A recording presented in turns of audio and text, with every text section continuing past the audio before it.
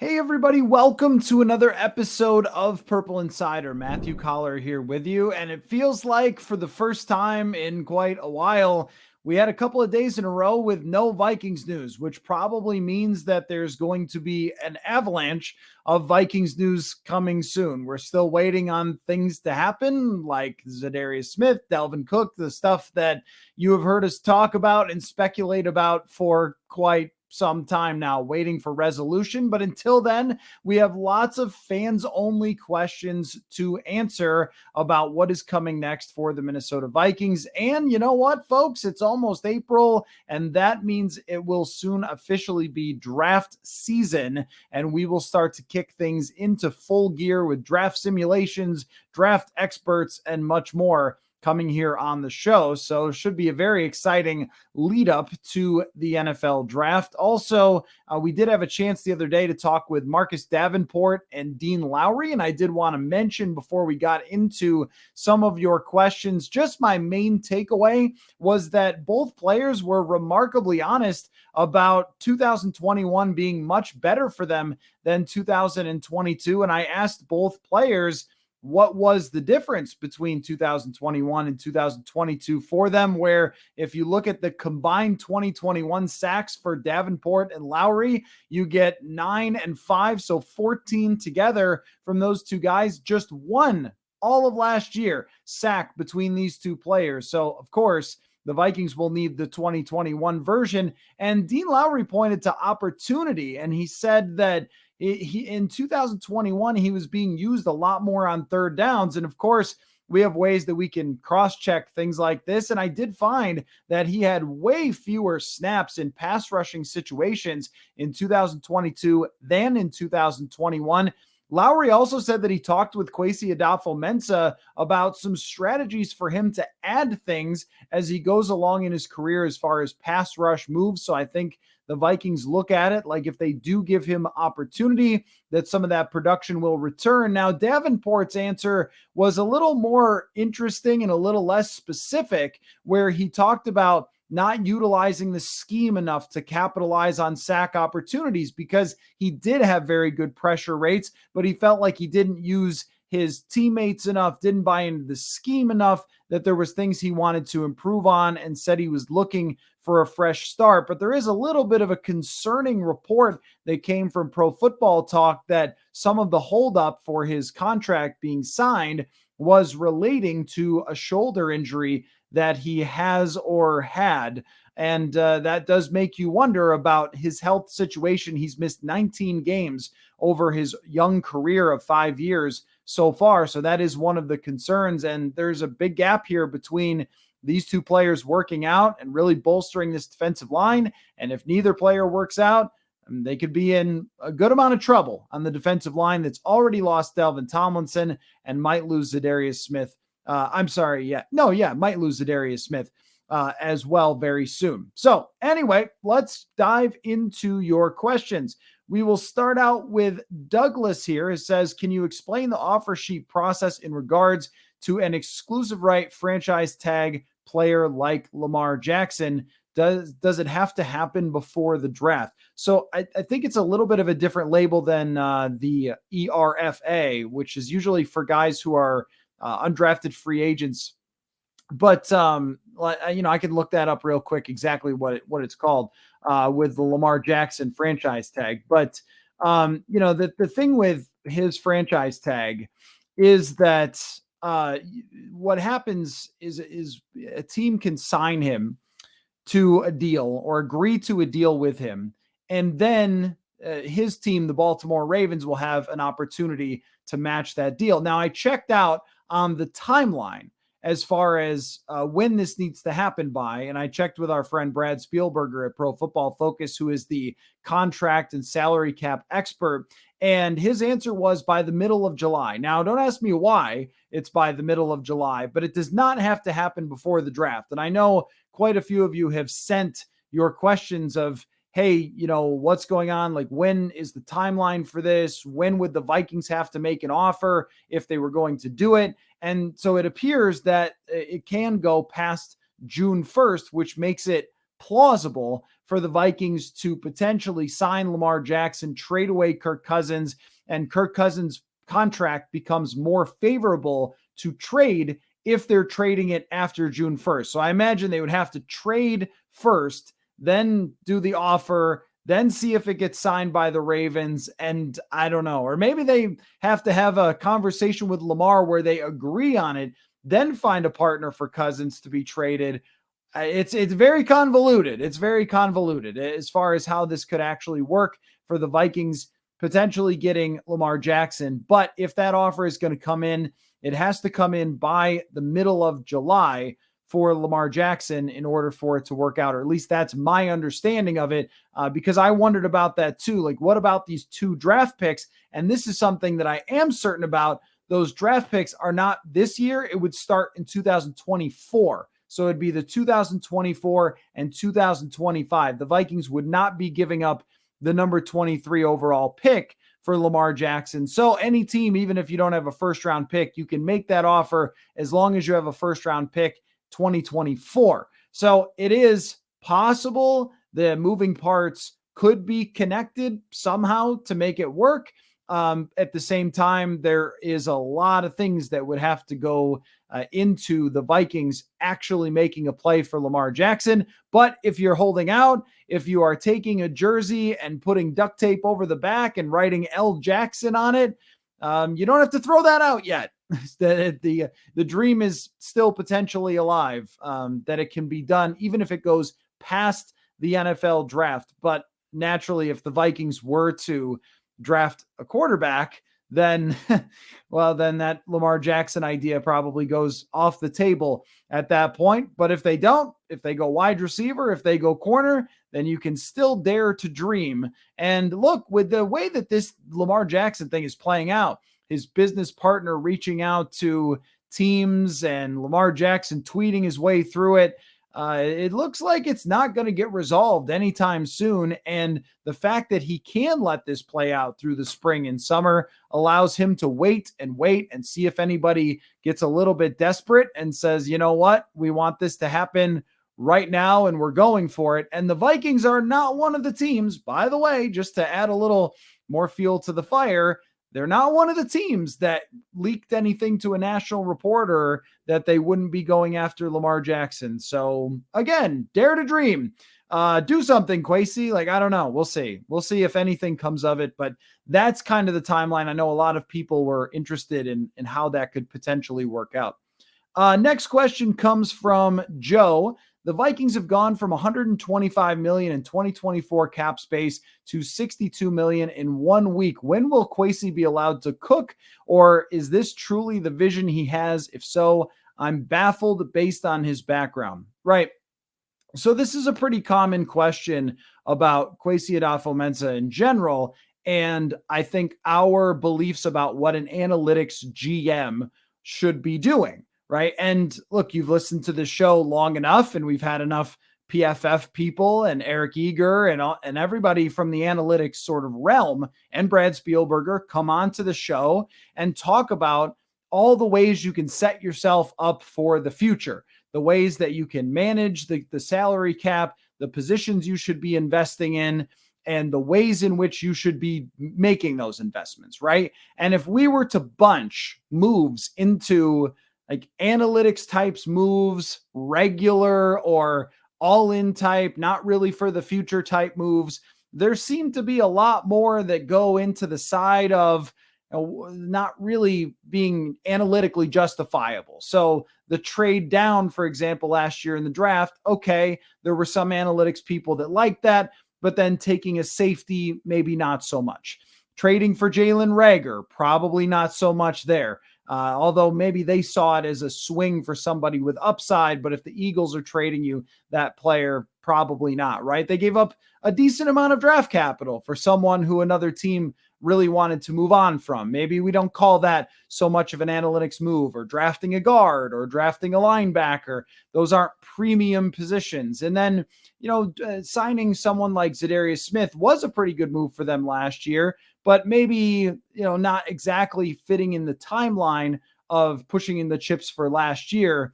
of trying to make moves that were for now and later, right? So there are a lot of those short-term plays that we don't think of when we think of analytics GM. And I think this offseason, they started to make some of those where we saw Josh Oliver, who could be, look, there's a lot of tight ends who in their second location or second contract have turned out to be very good players. So I don't want to call that like anti-analytics because he's good at blocking. Maybe he ends up being quite valuable for you. I don't know if he develops and becomes something. And look, TJ Hawkinson does not have a contract extension as we speak. That's worth noting with the Josh Oliver signing. If TJ Hawkinson wants to run it to free agency, you don't know that he wants to sign an extension with the Vikings. If he wants to run it to free agency, they could be looking at Oliver as someone to develop. That kind of angle hasn't really been brought up because I think we've all assumed that they're going to sign Hawkinson to an extension, but we don't really know that for 100% sure. That might have been more of an all-in move for last year to try to win with him. And then I guess, having him for this year as well. We'll see how it turns out. I still think that they will extend Hawkinson, but you don't know what he wants on his side. So that might be a for now and then move. Davenport, Byron Murphy for sure. Same sort of thing, like exactly along that analytics realm, guys who had high peaks in their past that you might be able to capture. Like it. That's exactly what you should be doing. And then the Dean Lowry thing comes along, and then more reports come out of how they're handling these contracts, of putting in the void years, not moving on from Dalvin Cook and Zadarius Smith earlier, particularly Dalvin Cook. It's kind of strange that there's such a hold up there. I don't know. Some of you have asked if the shoulder surgery plays a role in this. I don't know if that's the case, if that's what's making him harder to move, or if they don't want to move on from him at all. It's very hard to tell at this point, but adding void years to the contracts, restructuring Kirk Cousins the way that they did to really hit them hard for next year, those things do kind of make you scratch your head a bit at what's going on there. But I think that maybe the idea that when they hired Kwesi Adofo-Mensah, all of a sudden it was going to be a Cleveland Browns-like strip everything off the lot and then completely rebuild it through draft capital and stacking all these things that you can use to your advantage, the salary cap space, draft picks, all those things.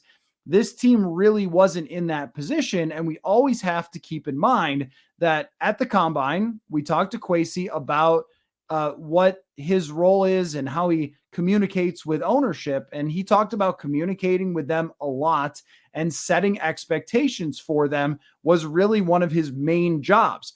So what are those expectations for this year? I mean, when Harrison Smith says he's coming back on a pay cut, does that change some of the other roster decisions? Does that make you want to keep people like Zadarius Smith and Dalvin Cook? Are there other factors when Aaron Rodgers leaves the division, we assume, that they say, okay, well, you know what? Now we actually have a chance to win this division.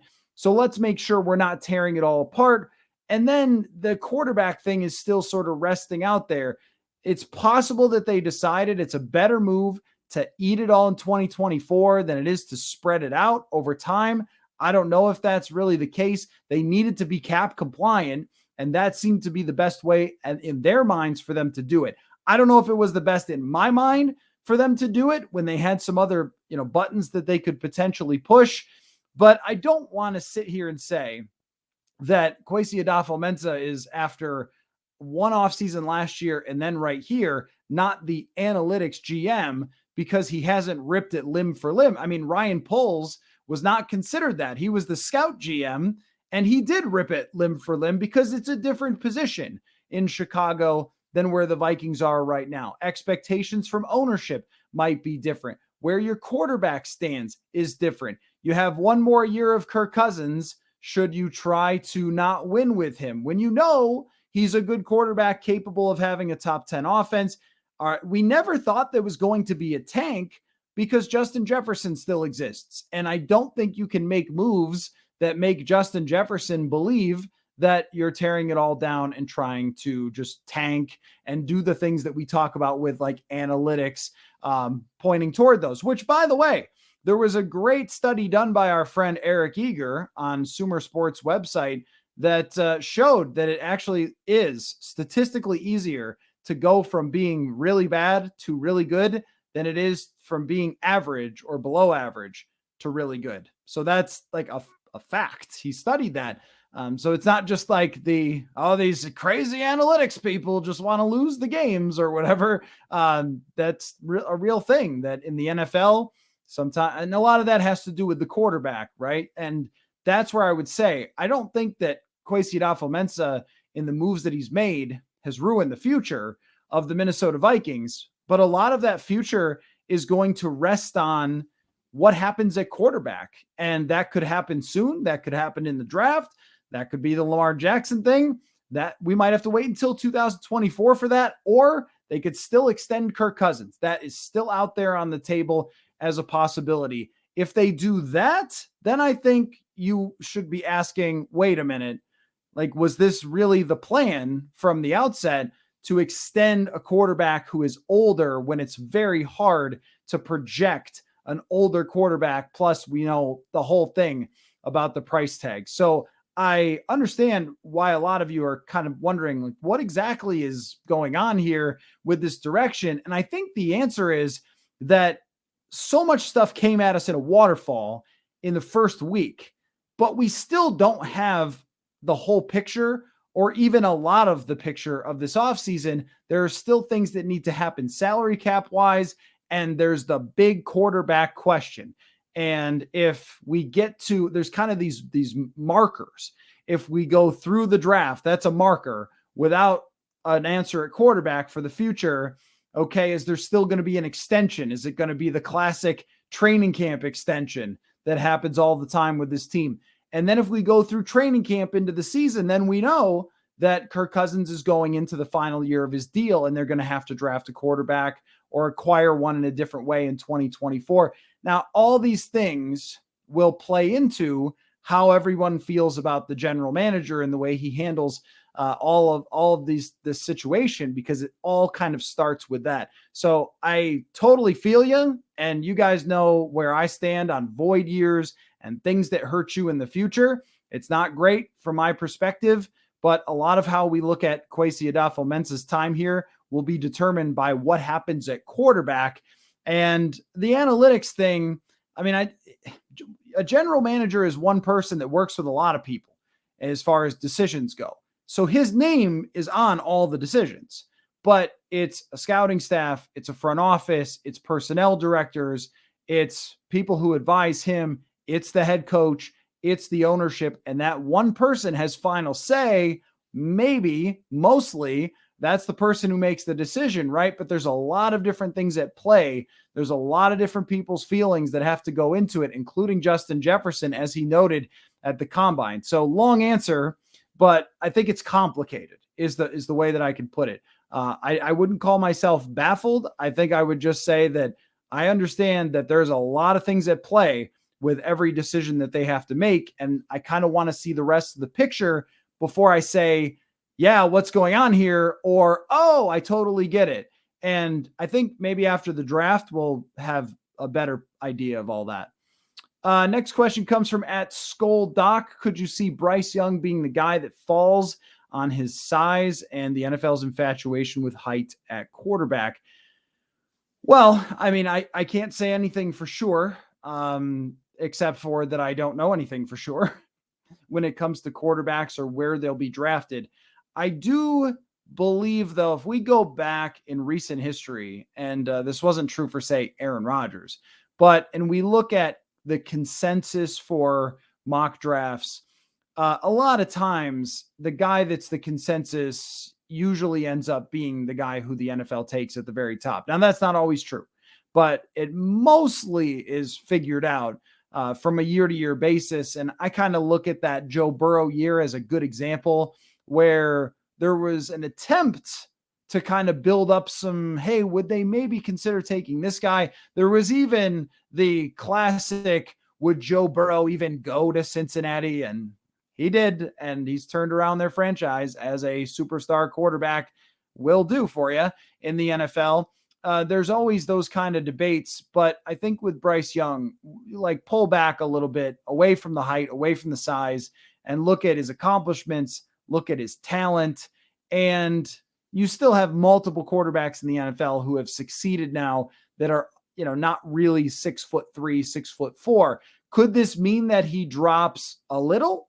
That maybe someone says, oh my gosh, Anthony Richardson, let's do that at number 1 overall. Or, Stroud is a bigger guy, but he's very accurate. He's a really good thrower. Hey, let's do that. Let's go for it. That's possible. Yeah.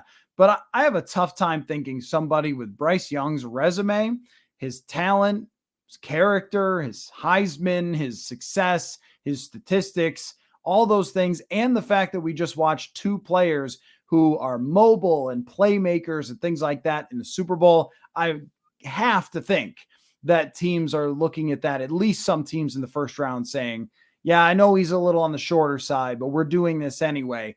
I still think he's going to go number 1. I could be completely wrong. The Carolina Panthers have visited everybody. The Seattle Seahawks are tweeting out pictures of them with all the quarterbacks. So maybe they're considering one, or maybe they're just messing around on social media. I don't know. I have a really tough time thinking somebody with that resume and is that much of a consensus of either the number 1 or number 2 quarterback in the NFL draft is just going to fall and free fall. There was much more debate over other quarterbacks who did free fall. Lamar Jackson being one of them. He didn't work out at the combine. And I think that there were kind of questions, not just about the throwing, but like how he's going to handle being an NFL quarterback with the whole his own agent thing, which was not a problem until like recently. Then it has become a problem just like since the other day. But for the most part, things like that were concerns about him. Bryce Young is a phenomenal thrower of the football. He is an incredible playmaker. I think the only thing you worry about is his durability.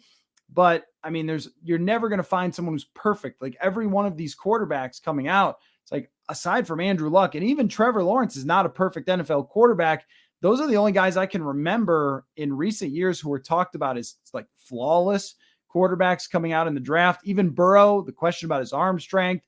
Justin Herbert, was he dynamic enough? All sorts of questions about these quarterbacks. So I think that someone's going to take a big swing at the upside.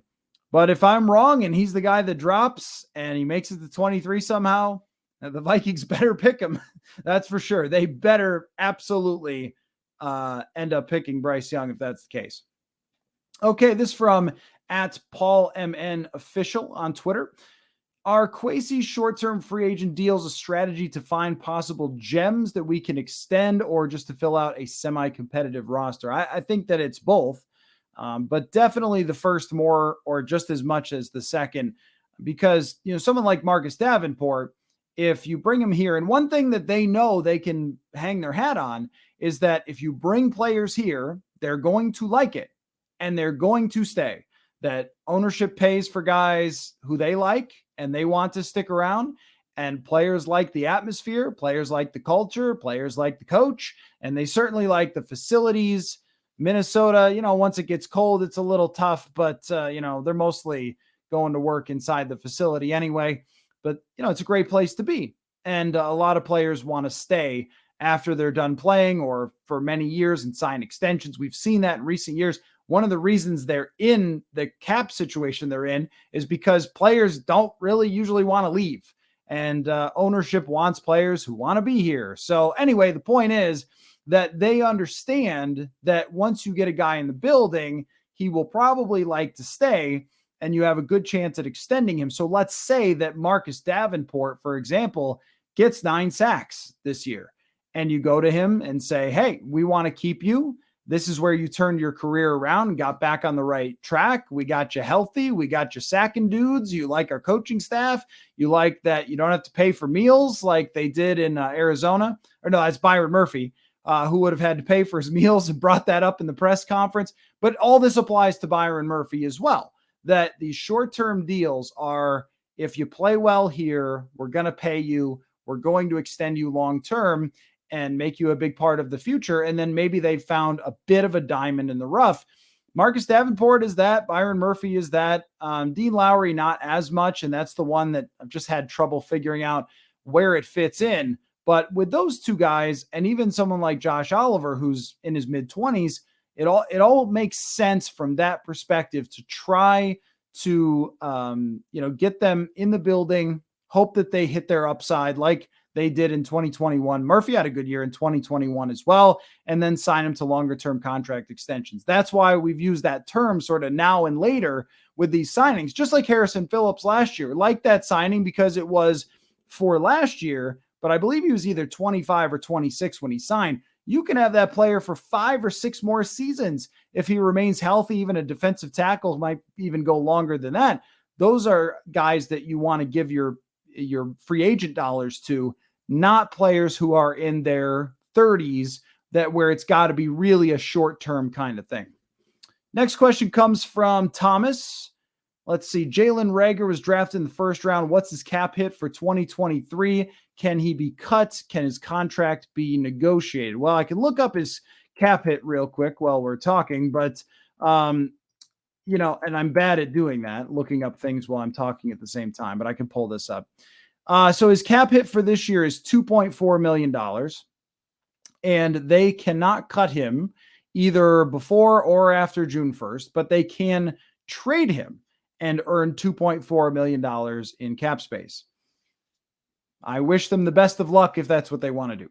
I don't know why anyone else would give up anything for Jalen Reagor at this point. And they'll probably just play it out with him competing with Brandon Powell for a punt return position.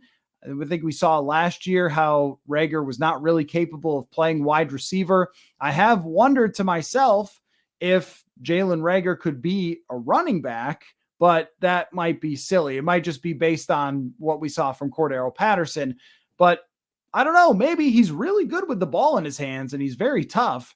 And, this from Matt Daniels, the way he talked about how he's built, he can run with the ball and he is kind of electric when he's got the ball in his hands. It's just been the matter of how do you get him the ball in his hands when he is not very good at the details of wide receiver. So that's been a problem in Philly. And not surprisingly, he didn't change who he was. I think they were looking for a punt returner that they wanted and hoped that there was some upside to that move. It ended up that there really wasn't so much upside for him. And, it wasn't a lot of draft capital, but at the same time, was it really worth the draft capital that they gave up? Probably not. So unless they can find somebody else to trade them something for Jalen Reagor, maybe another team becomes super desperate for a punt returner, I don't know, and they trade him away, but I would be a little bit surprised if they were able to find a trade partner for Jalen Reagor. So I think you are going to end up having him still on the team, or maybe he's one of the guys who ends up getting cut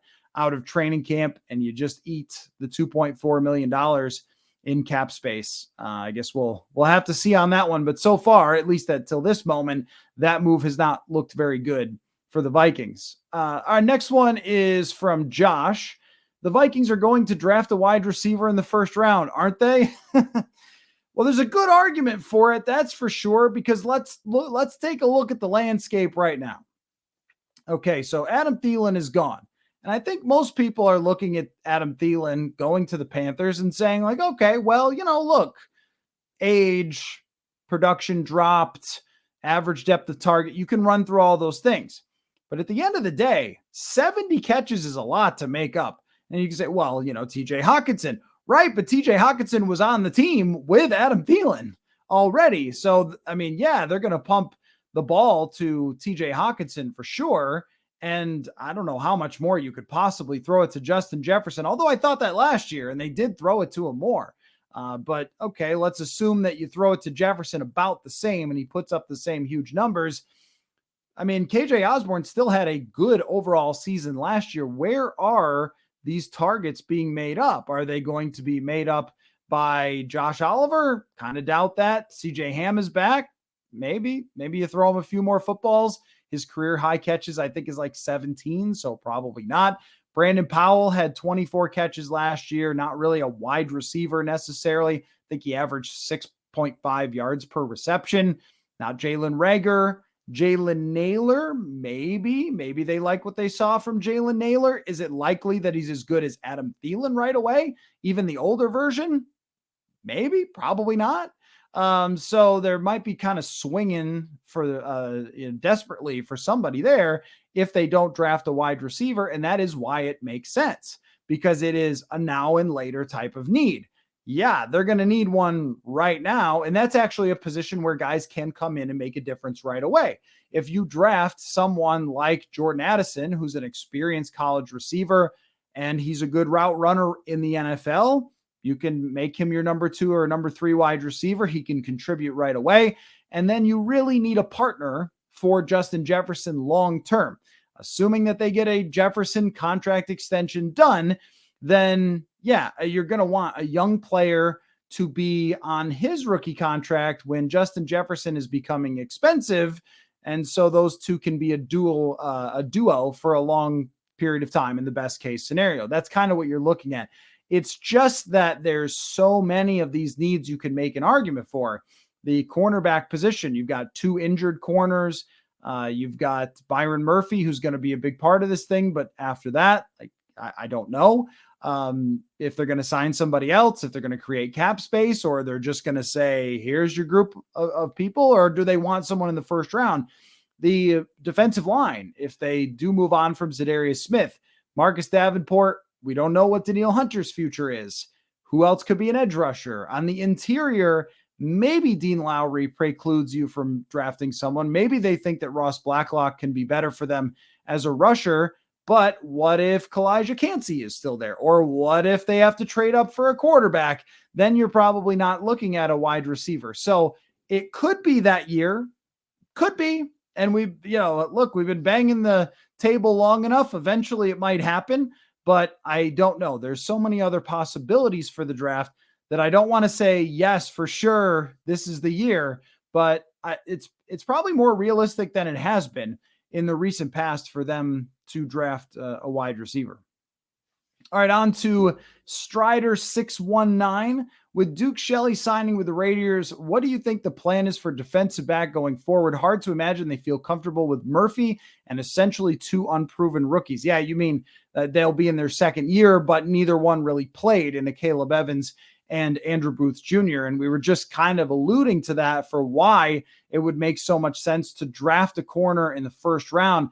Not only that, but this is a draft where there's a lot of disagreement on the corners, and we could see a couple of them taken really high, like, Joey Porter Jr., Christian Gonzalez, and then kind of a lull. And the second wave is where the Vikings could sit and draft whatever guy they like. So there's lots of opportunity there potentially to draft a cornerback with the first round pick. And I wouldn't be surprised at that. It certainly would be a throwback to, the people who talk about how the off seasons are all the same. If they drafted a corner and, we were still not 100% sure about Cousins' future and the future cap didn't look that great and they got a blocking tight end. Yeah, I don't know. If Delvin Cook stays around, it really continues to be very Spielman-ish with that. But something they need. They've drafted these corners in the past, and none of them have come to fruition to be those shutdown guys that they're looking for. With releasing Cam Dantzler, that kind of ended that possibility that he could be a long-term option for them. And yeah, Duke Shelley was never really any kind of long-term option or starting option for the Vikings.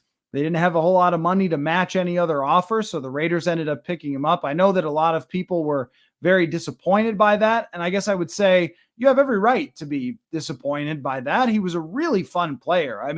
For him to come in and just start making plays, there's several games maybe they don't win without Duke Shelley. But if we're being realistic about what he was likely to become for them, it was probably depth. It was probably somebody in a best case scenario who's coming off the bench and is reliable, and you can trust them to make some plays if they come off the bench, but not like hey, this guy is going to be one of the foundations of our defensive backfield. So you don't want to lose players who help you, and losing him's not great. That's a product of the cap. But there wasn't a whole lot they could do. They just didn't have much space to be able to allot to someone like Duke Shelley. I think what they will do, if it's not drafting one in the first round, because I don't want to say that's for sure with all the other needs, but I think the other possibility is if you look at the corners in free agency, there's still quite a few that have played, that have started even as recently as last year. And now I bring up this example not to upset anyone, But like Bashaud Breeland, which at the time seemed like a decent signing, and those types of signings have worked out in the past, it did not with Bashaud Breeland, not even close. But they have around the league worked where you wait until after June, guys are hanging around on their couch, waiting to get a phone call, waiting to go to a training camp, and they sign very reasonable deals. And I think that's what the Vikings should probably do is they're going to have to make a little more cap space at some point. After they do that, some of that to trying to find another veteran. And one of the things about signing a veteran late in camp is, or before camp, just before camp, is there's no real promises there. It's like, well, you come in and we'll see where you fit in. And if you're a backup, you're a backup and you should be happy to be here. And it's not like, oh, we're spending big money on you. And sometimes the corners who get the big money do not play better than the June corners that sign late for, $2 million or something like that. So that might be a good idea. It might ultimately work out, but they will have to create some space in order for that to happen. Next question comes from at THW0110. Talk me into this weird half measure offseason making sense. It will if, I think this is not a hard one. It will if they solve the future quarterback problem. Then it will all be okay. It will all make a lot of sense. Because yes, things are a little restricted for next year. But if you're moving on, at least from a portion of Kirk Cousins' deal, and you can see the light in the future of being out from under Kirk Cousins' deal, then you can start that process of spending. And I think what they're trying to do here is churn the roster in a way that allows them to stay in the NFC North race, that gives them a chance to repeat. And look, here's the thing. If the Vikings won 8 games last year, they might be tearing the whole thing limb for limb right now. And they might be saying, we need a rebuild. Look, that's just the reality. We needed to tear it all down. But they didn't. They won 13. And I don't think anybody thinks they're winning 13 again. DraftKings doesn't. DraftKings came out with its over-unders and had them tied with the Packers at 8.5 and with the Lions ahead of them to win the division. I think that's fair. I don't know if the Packers will win 8.5. I don't really know what to think of the Packers with Jordan Love, but still, I mean, that's what DraftKings, that's what Vegas, the gamblers, the people with money in the game, that's what they think of the team right now. They just don't see it, and this could change, of course, as a legitimate contender. But when you get the home playoff game, you want to continue to be competitive. You don't want to tear everything down, or at least from their perspective, but you can still draft successfully. You can still sign guys who can help you in the future, which they have done some of. You could still move on from pieces that are going to weigh you down in the future, which they've done some of. Half measure offseason is a way to put it. Restructuring Cousins so it helps them now but hurts them later. Not a fan of doing that exactly. So yeah, that's right, because I could take 2 buckets and put half the things I thought were good and right in one bucket and half the things I would question in another one. But at the same time, if you come away with here's where we definitively know, and it doesn't mean they need to draft one this year. It means they need to definitively know here's where we're going.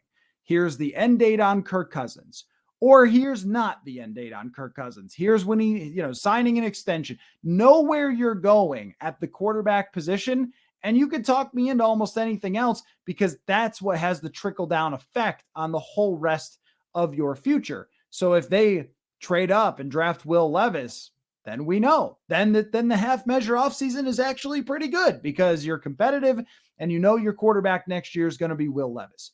Or if they do not do that, then we know, all right, it's going to be 2024 where they're going to draft someone, or they're going to be players for a Jimmy Garoppolo type move with the Raiders. Don't really love that unless the Raiders draft a quarterback, but they can be in a spot where they could look for a Geno Smith situation and then draft one. Like, there's a lot of different options, but if we know where that bus is headed, I will still probably call the offseason a success, even though the micro might have some nitpicking to be done. All right, next question from at single player 1978. So is Lewis Cine going to play cornerback this year? I'm excited for Flores, but not excited to watch this defense so far. Yeah, here's the thing. So Lewis Cine, we're not really sure on, but one thing we do know is that his health is in good shape at this moment. So they are expecting him to be back for training camp. That is good. I think he fits better with Brian Flores. That is good for their defense. Harrison Smith is back. That helps. Pair those two together. Hopefully you could take the training wheels off, and then Lewis Cine is your starter. Best case scenario, you go forth. Unfortunately, though, when you look at the rest of this defense, Brian Flores is probably better at his job at fitting this group to what he wants to do schematically. But if we played a game of talk me into this defense being more talented right now than last year's defense, I would not be able to do that. Patrick Peterson was one of the best cornerbacks in the entire NFL last year. Byron Murphy was not, and had some back issues. And Delvin Tomlinson, at least by PFF grade, I know some of you could say, well, he didn't look the part sometimes, but still one of the better defensive tackles in the entire NFL. And you saw what he got paid. There's a lot of respect for his game in the NFL. And Dean Lowry is not Delvin Tomlinson as far as his impact. He never has been. And look what he got paid. A huge difference between Tomlinson and Dean Lowry. Where else have they improved on defense? They lost Eric Kendricks. Now you could say, okay, all right, well, it's Brian Asamoah time. And I like what I saw from Brian Asamoah last year, but there is no guarantee he's better than what Eric Kendricks gives you. So they are worse by kind of a lot as far as talent-wise right now. And there's not a lot that they can do about it. If they lose Zadarius Smith, that makes them even worse. Yeah, it's hard to see. And Brian Flores, I do not doubt, is good at his job. But it is hard to see this team being any better than a bad defense next year. And then, we've talked about the schedule. It's pretty tough. There's a lot going on with that schedule. And it's, as of this moment, and they can, prove us all wrong, of course, that's just hard to see. It's just hard to see because they've lost way more than they've gained. And our friend Kevin Cole does objective measures on this.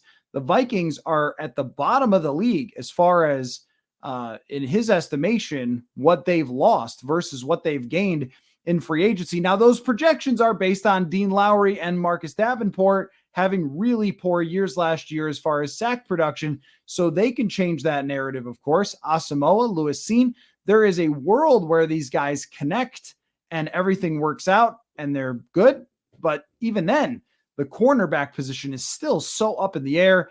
A lot would have to go right for this team to even be a mediocre defense. I think it is going to be a transition that is not fast. And they are risking getting stuck in that Raiders kind of area where year after year, they just can't figure out how to put all the pieces together and have a good defense. So that might be their argument for drafting a corner, is that they need someplace foundational to start and go forward. And we still don't know Danielle Hunter's future either. There's a lot of questions to be answered there, and it just doesn't really seem like there's enough assets left over, even if they restructure Brian O'Neill or trade the other guys to be able to replace those positions. So there will be a lot of pressure on the development of the younger players that are on this roster, especially the corners, and then the system being more aggressive and smarter and better than it was last year. But you will never find an easier group of quarterbacks on your schedule to play than they had last year. I mean, it was just one backup after the next. So I don't know. It might be tough. It might be tough. And this is why I think Brian Flores is probably here for multiple years. That would be my guess. And that might be a good thing for them because of his scouting background. Can he build up a defense over 2 years and then be in a position when they do have more cap space down the road to be able to build it up, kind of like Detroit's doing, where they're just going to free agency and I'll take one of those, take one of those, take one of those. That's the position the Vikings will have to be in. But right away, there's not going to be a lot of positive change unless Lewis Cine becomes that star instantly. That could change everything. Or Brian Asamoah becomes what Eric Kendricks was. That could change everything, and we still don't know. And the same thing goes for the corners. If Andrew Booth is the shutdown corner and can stay healthy, that can change everything. So a lot rests on that last year's draft class for what this defense is. And I think that's why they invested so much in it in that draft, was they were looking 2 years down the road saying, we're going to need corners. We're going to need another safety. We're going to need another linebacker, and they need all of them to work out if they're going to be a good defense next year. All right, this is from Adam, and it's a similar question, but I'll answer it still. Is Kwesi the Galaxy Brain GM rather than the analytics GM we were hoping for? Building a mediocre at best roster for 23, which isn't a contender, screwed the cap for 24, and first draft looks shaky. The real key there is the first part of it. Is he the Galaxy Brain GM? Actually, I think that if anything, so the Galaxy Brain would kind of be like cockamamie ideas that are out of left field and making all sorts of weird trades or doing crazy stuff.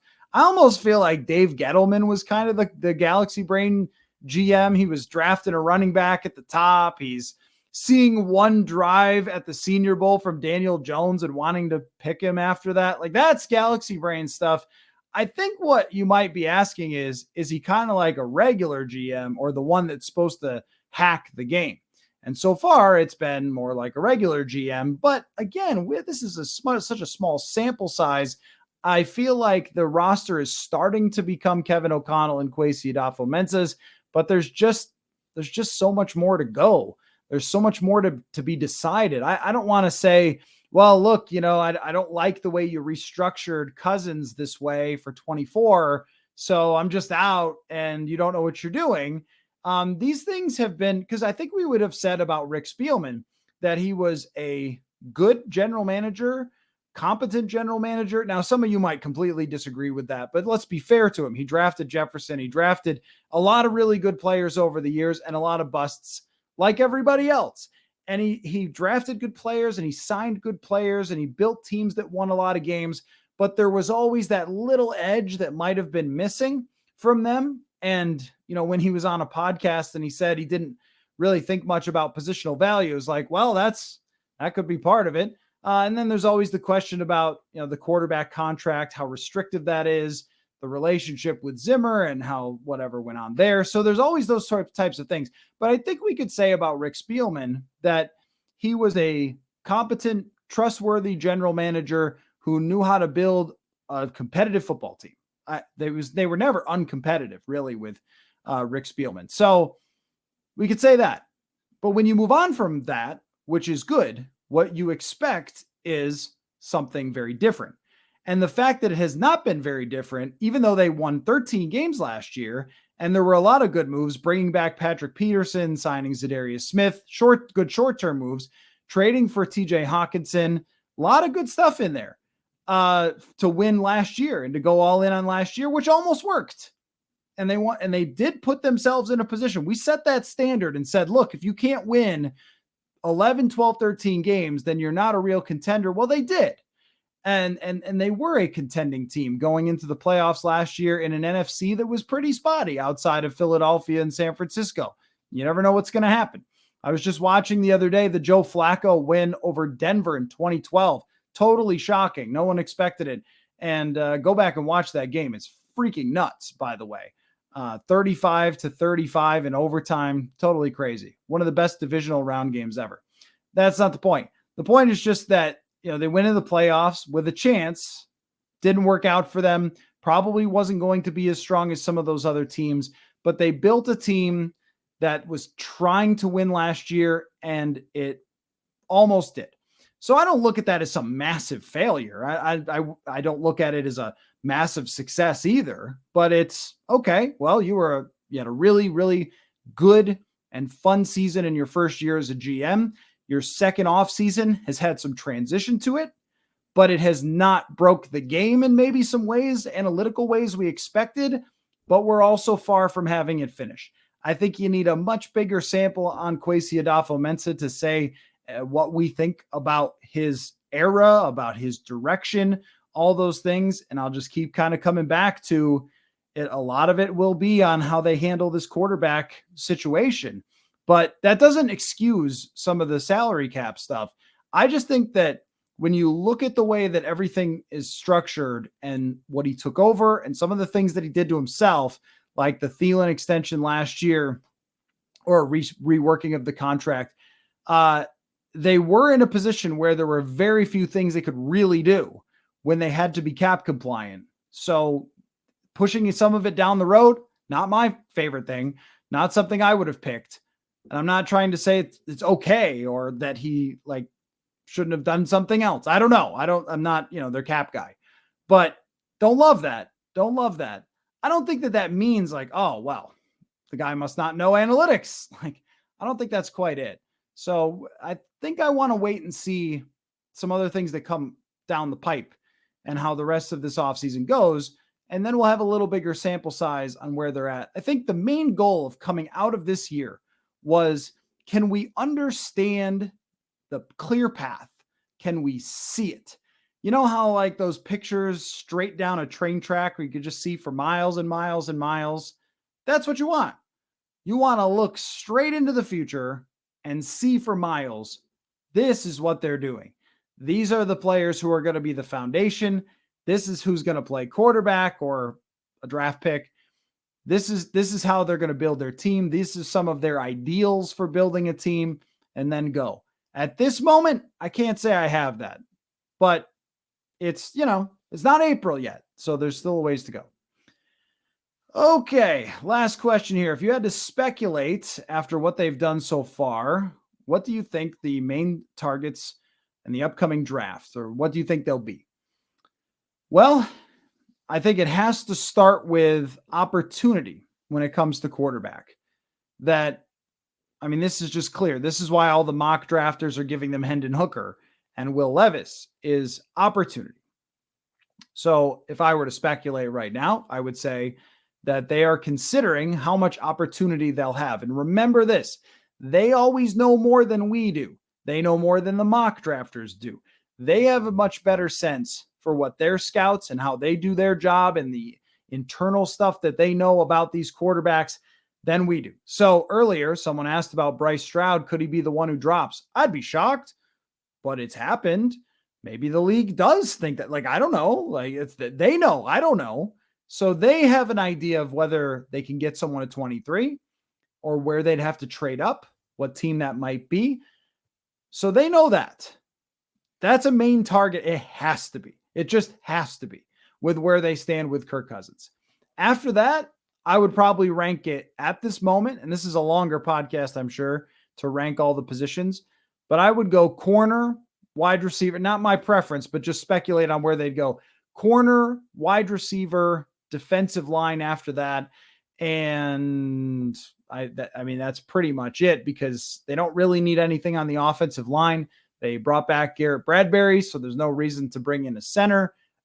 I think if they're thinking about drafting the running back from Texas, they are insane. And I think that those are really the main positions. It comes down to corner, wide receiver, defensive line. Those are really the only guys that we should be looking at for the Vikings in the draft. As far as which exact players, well, you're going to have to listen to the draft simulation episodes for that. But, I've got my eye on some receivers, some corners. Well, we got a lot of draft simulations to go. It's not even April yet. We will break that down in great depth with all of our friends, including Chris DePasso, who will be doing weekly appearances here. So thank you all so much for these great questions. And I guess I would just say on the offseason as a whole, because there seems to be some pretty clear anxiety, take a deep breath, enjoy the March Madness action. It's been amazing. It's been incredible. And we'll see. We're going to have to wait to find out really the whole picture of this thing. So before we decide on whether the general manager knows what he's doing or not, let's see a little bit more. That's what I'm going to say. Let's see a little bit more. And then we'll kind of try to put the pieces together from there.